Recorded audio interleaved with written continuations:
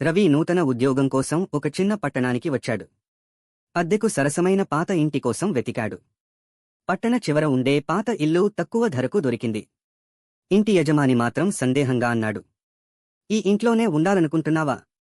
ఇది పాతది. ఇంకా ఇది చాలా విచిత్రంగా ఉంటుంది అంటారు జనం.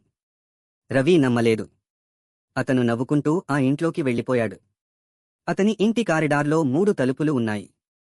మొదటి తలుపు కిచెన్, రెండవది బాత్రూం. కాని 3వ తలుపు ఎప్పుడూ లాక్కు అయి ఉండేది. రవి అడిగినప్పుడు యజమాని చెప్పాడు, ఆ తలుపు ఎన్నేళ్లనుంచో తెరవలేదు. పట్టించుకోకూడదు. 2వ రోజు రాత్రి రవికి 3వ తలుపు దగ్గర కూతలు వినిపించాయి. Took took took. అతను చూశాడు, ఎవరూ లేరు. తలుపు తలచి లాక్కే ఉంది. ఇది బహుశా పాత తలుపు శబ్దమై ఉండవచ్చు అనుకున్నాడు. కానీ ప్రతి రాత్రి అదే టైం 2:12 AM. అదే కూతలు. ఒక రాత్రి తలుపు దగ్గర చెవి పెట్టి విన్నాడు. అక్కడ ఓ ఆడవారి స్వరము. నన్ను బయటకు విడుదల చేయండి. చాలా చలి ఉంది. రవి కోపంగా యజమానిని దగ్గరకు వచ్చి అడిగాడు, ఆ తలుపు తాళం ఎందుకు? దాని వెనక ఏముంది?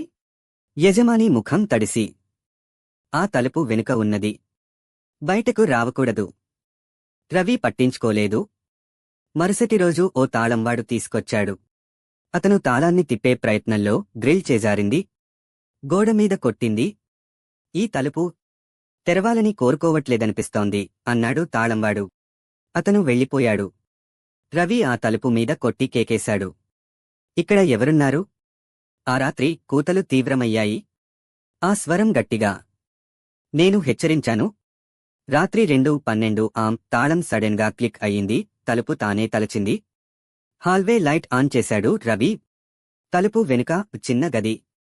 విండో లేని చీకటి గది. నేలపై ఒక కుర్చీ, ఒక అద్దం, చెరిగిపోయిన పెళ్లికూతురు వస్త్రం. రవి లోపలికి వెళ్ళాడు. తలుపు పుట్టెత్తి మూసుకుంది. అతను అద్దంలో చూశాడు.